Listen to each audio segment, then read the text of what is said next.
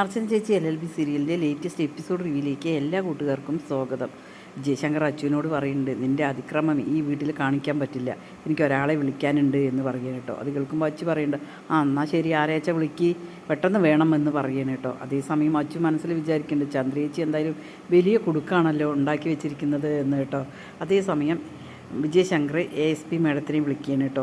അതേസമയം പറയൂ, എന്താ പ്രശ്നം എന്ന് ചോദിക്കുമ്പോൾ, എൻ്റെ വീട്ടിൽ പോലീസുകാരെ അതിക്രമിച്ച് കയറിയിരിക്കുകയാണ് എന്നിങ്ങനെ പറയണം. എൻ്റെ ഭാര്യ പേടിച്ചിട്ട് ഒരു റൂമിനകത്ത് കയറിയിരിക്കുകയാണ്. അതിക്രമിച്ച് കയറിയെന്നോ? അല്ലല്ലോ, അവരവരുടെ ഡ്യൂട്ടിയാണ് ചെയ്യുന്നത് പറയണം കേട്ടോ. അതേസമയം വിജയശങ്കർ പറയുന്നുണ്ട്, ഞാൻ എന്തായാലും ശരി, ഞങ്ങളുടെ ബാർ അസോസിയേഷനോട് പറഞ്ഞിട്ട് വലിയ പ്രശ്നം ഉണ്ടാക്കും എന്ന് പറയും. അവരുടെ ഡ്യൂട്ടിയാണ്, അത് ചെയ്യാൻ അനുവദിച്ചാൽ മതി എന്ന് പറയും. എൻ്റെ ഭാര്യ എന്തെങ്കിലും ചെയ്തു കഴിഞ്ഞാൽ അതിന് തക്കതായ മറുപടി തരേണ്ടി വരും എന്നിങ്ങനെ പറയണം കേട്ടോ. അതേസമയം ASP മാഡം പറയുന്നുണ്ട്, അതൊന്നും പറഞ്ഞാൽ പറ്റില്ല, പ്രതിയെ അറസ്റ്റ് ചെയ്താൽ തന്നെ വന്നിരിക്കണം, അവർ നിയമപരമായിട്ട് തന്നെ അറസ്റ്റ് ചെയ്യാൻ വന്നിരിക്കണം, അതിന് നിങ്ങൾ സഹകരിക്കണം എന്ന് പറഞ്ഞതിന് ശേഷം ഫോൺ വെക്കുകയാണ് കേട്ടോ.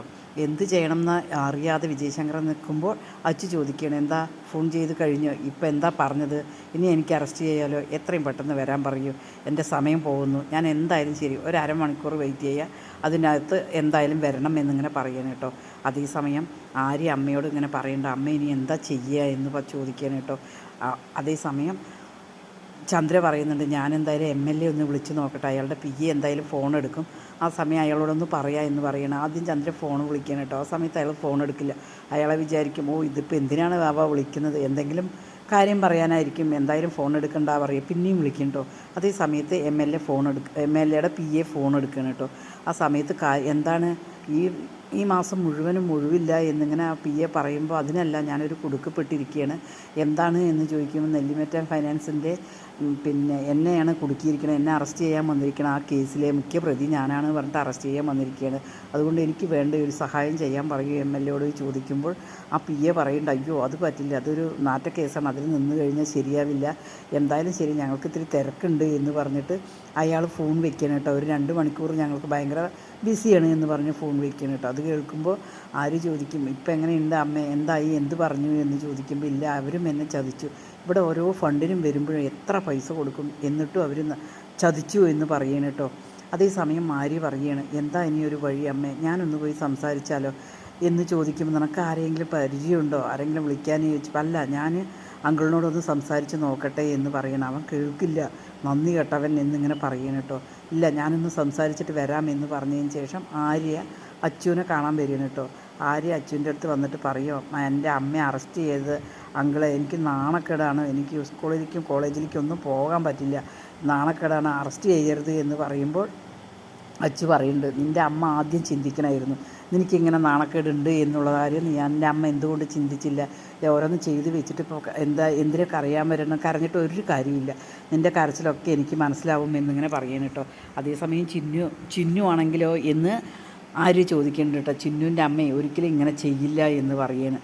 അത് കേൾക്കുമ്പോൾ ആര്യ പറയണ്ടേ, എൻ്റെ ഇവിടെ താമസിക്കാൻ വന്നപ്പോൾ അങ്കിൾക്ക് എന്തെല്ലാം സഹായം ചെയ്തതാണ് എൻ്റെ അമ്മയും എല്ലാവരും എന്നിങ്ങനെ പറയണം കേട്ടോ. അതേസമയം അച്ചു പറയണ്ട, നിൻ്റെ അമ്മ ചെയ്ത സഹായങ്ങളൊന്നും നീ പറയണ്ട, നീ ഒരു കാര്യം ചെയ്യേ, അമ്മയോട് പറയേ, വേഗം വരാൻ പറയേ, സമയം പോകണം, എനിക്ക് എൻ്റെ ഡ്യൂട്ടി ചെയ്യണം എന്നിങ്ങനെ പറയുമ്പോൾ ആര്യ പറയണ്ട, എൻ്റെ അമ്മ ആത്മഹത്യ ചെയ്യുന്നതാണ് പറയുന്നത് എന്ന് പറയണം. അതങ്ങനെ ഒരുത്തി പറഞ്ഞിട്ടുണ്ടായിരുന്നു നിൻ്റെ രുക്കു, പക്ഷേ അവളുടെ ആത്മഹത്യ അതേപോലെ തന്നെ നിൻ്റെ അമ്മ ആത്മഹത്യ ചെയ്ത് കഴിഞ്ഞാൽ അത് വെട്ടിയെടുത്ത് ആശുപത്രി പോസ്റ്റ്മോർട്ടത്തിന് കൊണ്ടുപോകുമ്പോൾ എന്നിങ്ങനെ തറപ്പിച്ച് പറയുകയാണ് കേട്ടോ.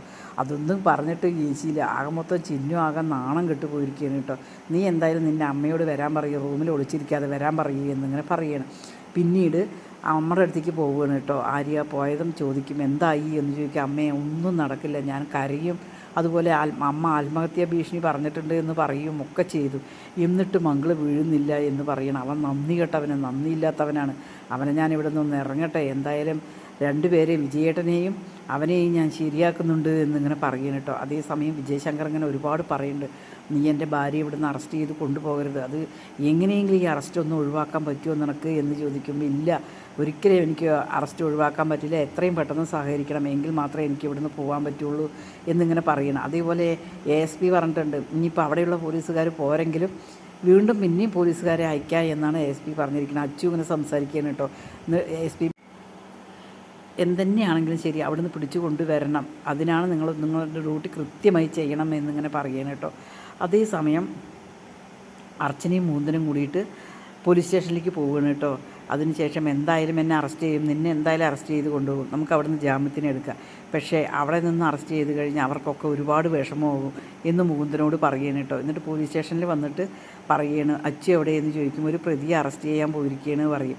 അത് കേൾക്കുമ്പോൾ അർച്ചന പറയുന്നുണ്ട്, ആ പ്രതി പിന്നെ ഇവനാണ് ചോദിച്ചു. അയ്യോ ഇത് മാഡത്തിൻ്റെ ബ്രദറല്ലേ ചോദിക്കും. അതെ, എന്തുതന്നെയാണെങ്കിലും ശരി അച്ചു സാറ് വരട്ടെ, വന്നതിന് ശേഷം നമുക്ക് സംസാരിക്കാം എന്ന് പറഞ്ഞിട്ട് അവരവിടെ ഇരിക്കുകയാണ് കേട്ടോ. അതേസമയം വിജയശങ്കർ റൂമിൽ പോയിട്ട് വിളിക്കുകയാണ് കേട്ടോ.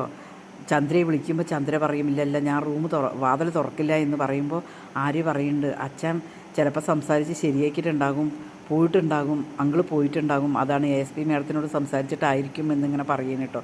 അതേസമയം തന്നെ ചന്ദ്ര പറയണ്ടില്ല ഞാൻ വാതിൽ തുറക്കില്ല എന്ന് പറയുമ്പോൾ ആര്യ പറയണ്ട, അമ്മ തുറന്നോളൂ, തുറന്നത് ഞാൻ പെട്ടെന്ന് തന്നെ വാതിലടയ്ക്കുക, ആ അങ്കിൾ ഉണ്ടാവില്ല, എന്തായാലും അച്ഛൻ എന്തായാലും സംസാരിച്ചിട്ട് കാര്യങ്ങൾ ശരിയാക്കാൻ വേണ്ടിയിട്ടായിരിക്കും എന്നിങ്ങനെ പറയുന്നു കേട്ടോ. അതേസമയം നമ്മുടെ ചന്ദ്ര വാതിൽ തുറക്കുന്ന സമയത്ത് അച്ചു ഉണ്ടാവും. അങ്ങനെ വിജയശങ്കർ ആയിരിക്കും നമ്മുടെ ചന്ദ്രയെ വാതിൽ തുറക്കാനും അച്ചുവിനെ അറസ്റ്റ് ചെയ്യാനും കൂട്ടു നിൽക്കുന്നത്.